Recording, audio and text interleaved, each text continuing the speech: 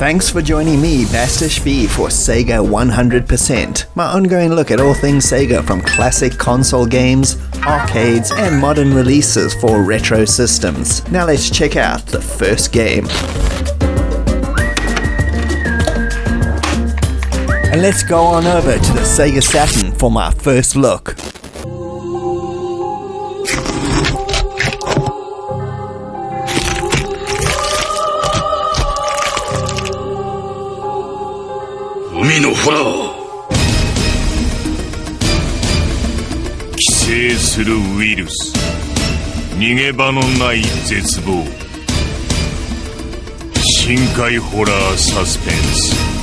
Deep Fear.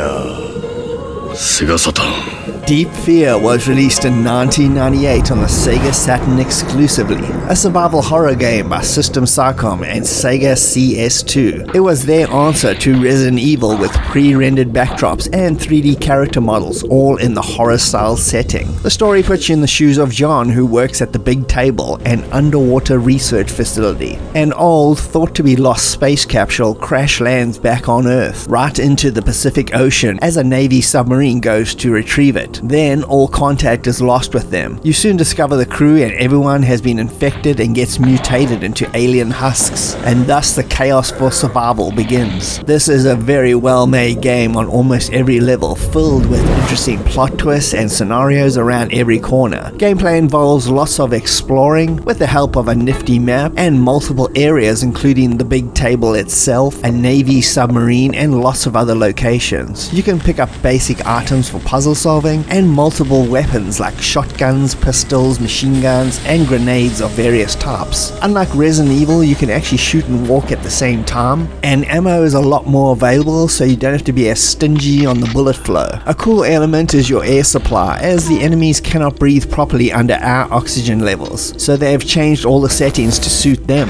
You are on a timer in certain areas. As your oxygen depletes, you can reset the system, which in turn helps you breathe but makes the enemies weaker and easier to kill. There are lots of characters in this game to interact with and many cinematic CGI cutscenes to advance the storylines. The underwater scenarios take the best elements of movies such as The Abyss and Deep Star 6 and mashes them all together. The graphics are pretty good overall. The 3D models obviously look outdated now, but in context they work well, and so does the tank controls and fixed cinematic backgrounds. This was simply the style of the times and technology, and the music by Kenji Kawai is really excellent. It's mostly used in the cutscenes with ambient sound effects for the game, and I think this combination works really well. The game was released only in Japan and Europe, with the European release being the last official Sega Saturn game to hit the store shelves over there. The English voiceovers are its weak point, as they go from being competent to outright atrocious, but are honestly still on par with the original Resident Evil and pretty much most games of this era, so you'll just have to go with its comedic interludes. Fortunately, the action is very satisfying, and so is the storyline, so there's really lots to like here. Overall, it's a quality survival horror game that's almost being completely forgotten. Check it out, it's well worth it. We interrupt our program to bring you this important message.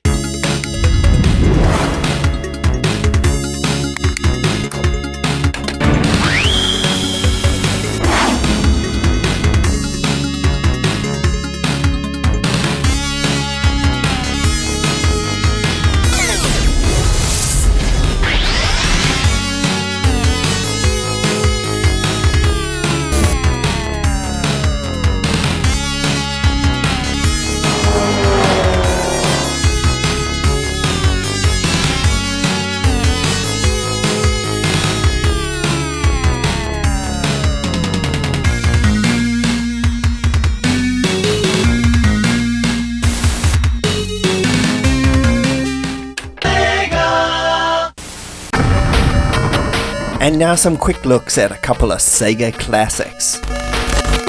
So today we're going to have a look at two kind of overlooked Master System entries, and start with Ghostbusters, which is a conversion of 1984's Commodore 64 version by Activision's David Crane. A Ghostbusters action and business simulator in a sense.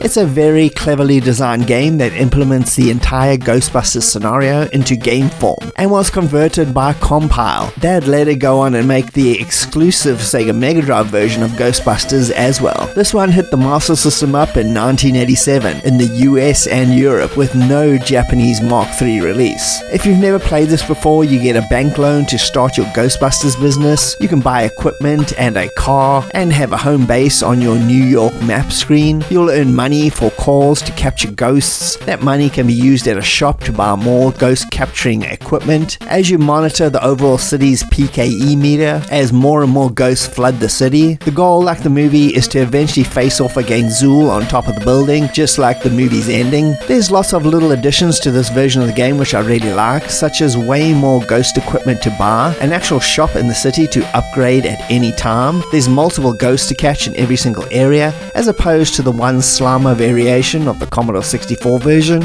Dodging other cars on the highway as you catch ghosts. There's also a staircase climb action sequence as you go up to face against Zool, and Stay Puft has a lot more frequent random building attacks. It's a lot of small little well implemented additions that give a lot more variety to the overall gameplay. The graphics are quite nice, a lot more colourful than the C64 version. The sound though is its weak point. The Ghostbusters theme overall is decent, but it's just nowhere near as good as the Commodore 64 version, and all the speech samples are actually missing, including the classic Commodore 64 intro clip. It's not terrible though, and does the job in the end. This is still easily the second best version of this game out there. It's definitely worth checking out if you're a fan of the movie or even the C64 version. And next up is Master of Darkness, which hit the Master System up in 1993, a European exclusive for the system, developed by Sims and distributed by Sega. It's a 2D action platformer, and is basically Sega's answer to Castlevania, who at that point hadn't seen any ports or original games to a single Sega system. Master of Darkness fills the gap in that 8-bit form. The story is pretty cool, with you out to stop Jack the Ripper, who's using his murders and rituals to help resurrect Dracula. The settings are all across Europe, with 5 stages in total, broken down into 3 sections each. With the city of England,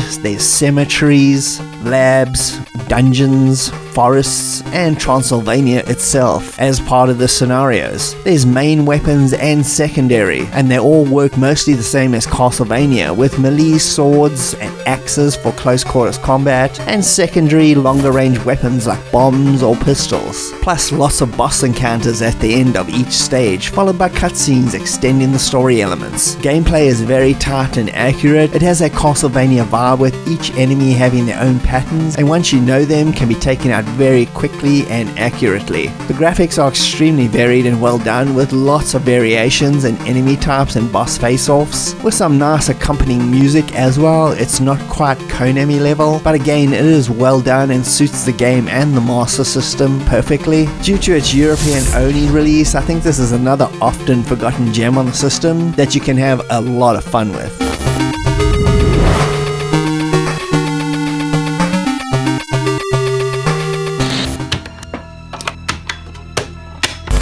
And now over to the Dreamcast for our final look for today.